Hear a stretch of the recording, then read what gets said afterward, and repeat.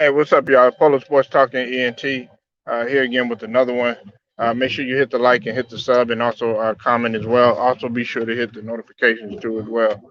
Look, I want to talk about the fight that's getting ready to take place and that everybody's been talking about in terms of Fury and Wilder, the trilogy.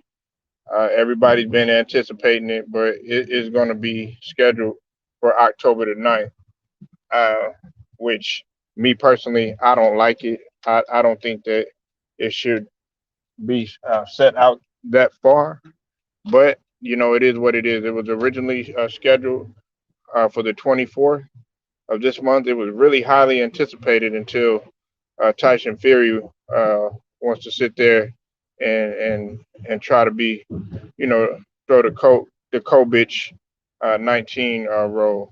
But anyway, that's a whole nother subject. Pretty much, uh, they're going to be these two fighters are going to be fighting uh, at the Las Vegas, at the T-Mobile Arena, at the same place. And you know, Tyson Fury, man, he's something. He's something else, man. This guy right here, man, wants to sit here, like I said in the previous uh, stream or the stream before last, a couple of streams ago. I was saying that Tyson Fury wants to sit here and try to act like he's so innocent and he didn't do anything.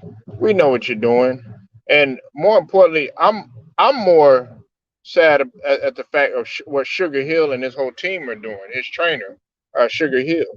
I'm very very disappointed in them. Listen, this is what he said.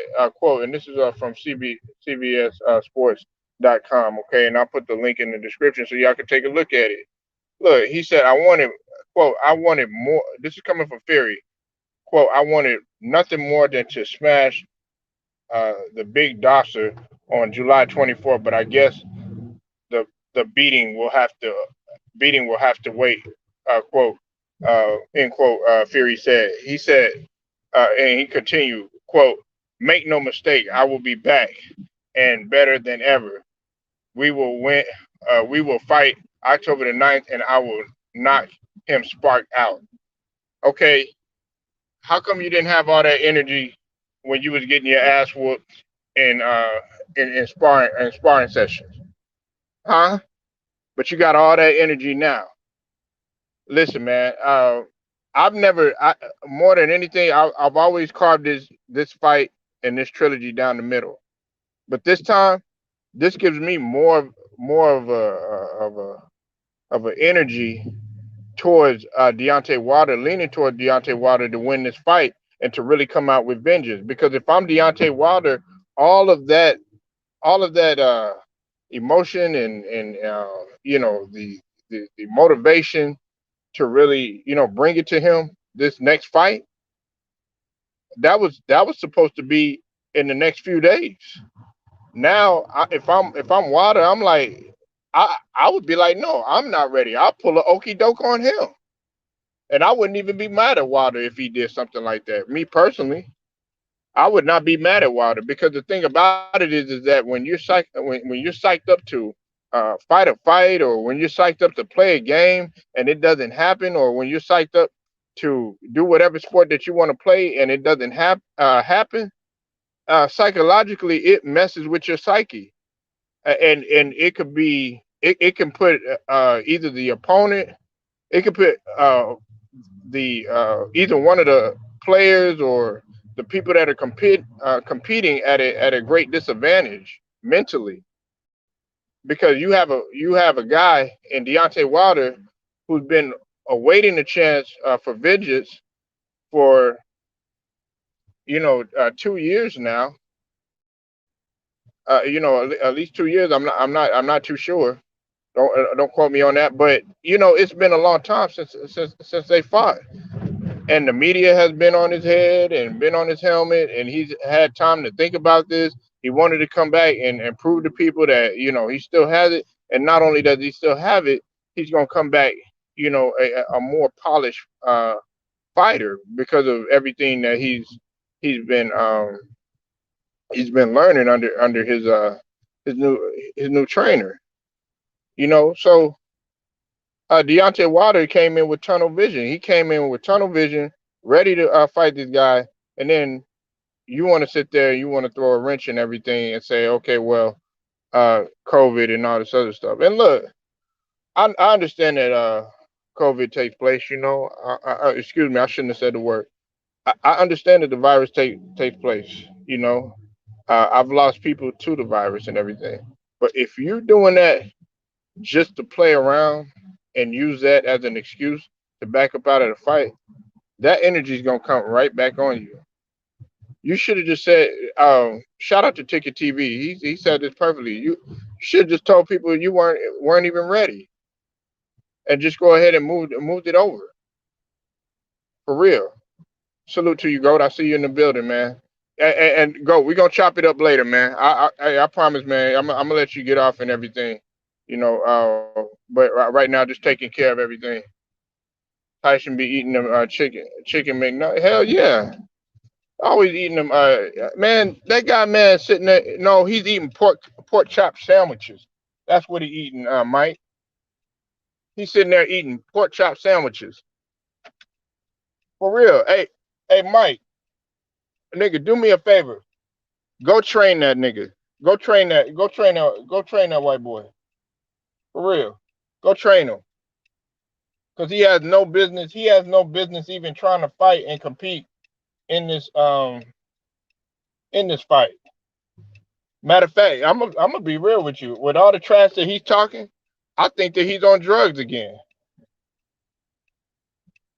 I seriously think that he's been doing drugs again because psychologically you should have been ready. You should have been ready to fight. You want to back out. You want to play with people's minds, and you playing with their money. Exactly. Yeah, hey, Mike, you on point. Hell yes. You better pay. You better pay me my money that I spent for the hotels. Pay me my money that I spent for the tickets. Pay me my money for reserving the pay-per-view. You can't mess with pay me for taking time off of work and then having to redo my schedule. I know. Listen, Mike, you think I've been saying that. I've been saying that. Like for real, Mike, man, this is so these people got to get it together. See, and see, people wouldn't understand how me and Mike think and how we are, especially when you say you're gonna do something, you need to do it. You need to be loyal what you say. If you say you're gonna play a damn game on the 24th of July, nigga, I'm gonna be there early. I'm gonna be there early, ready in a sweat, already ready to go. But hey, that's the mindset of this generation. Tyson people spiked Wilder drink and they had gloves with rock and Tyson took drugs. Yeah, I don't know. I don't know about the drug part, but the gloves were suspect.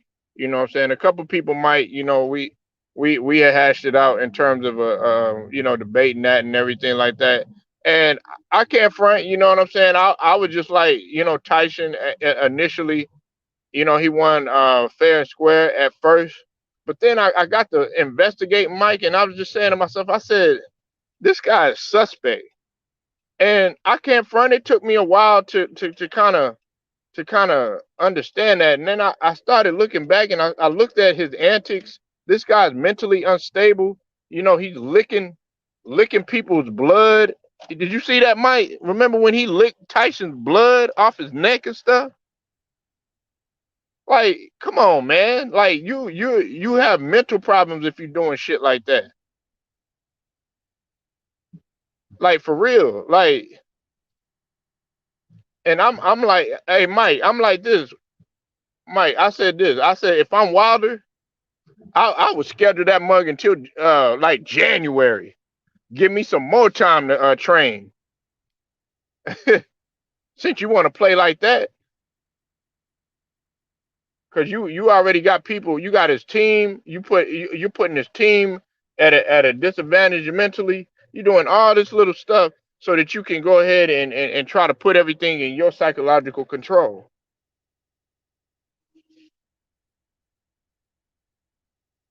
But yeah, man, y'all leave your comments. Three. You said three. You don't waste time and feelings. Yeah, exactly. Exactly, JMJ. Salute to you. Exactly. Exactly. I mean, come on, man. People don't have time to play. You say I saw him drinking water, blood. I mean, licking. It's pathetic. Absolutely. Absolutely, man. Absolutely. It's absolutely disgusting, man. And at first I ain't gonna lie, I let it ride, for a little bit. But man, I said this guy, man, he's a character, man. He's all about. You said water ain't human. Yeah. Hey, Mike, you remember when he came? He came down here to Dallas, right?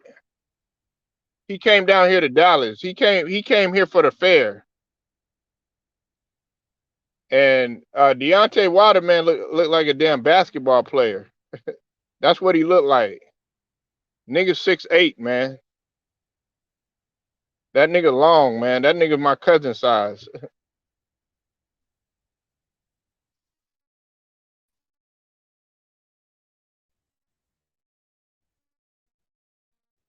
But anyway, follow sports. Thank y'all for pulling up. Goat Mike. Make sure y'all go subscribe to my boy Goat Mike channel. Mike the best entertainment and JMJ 20.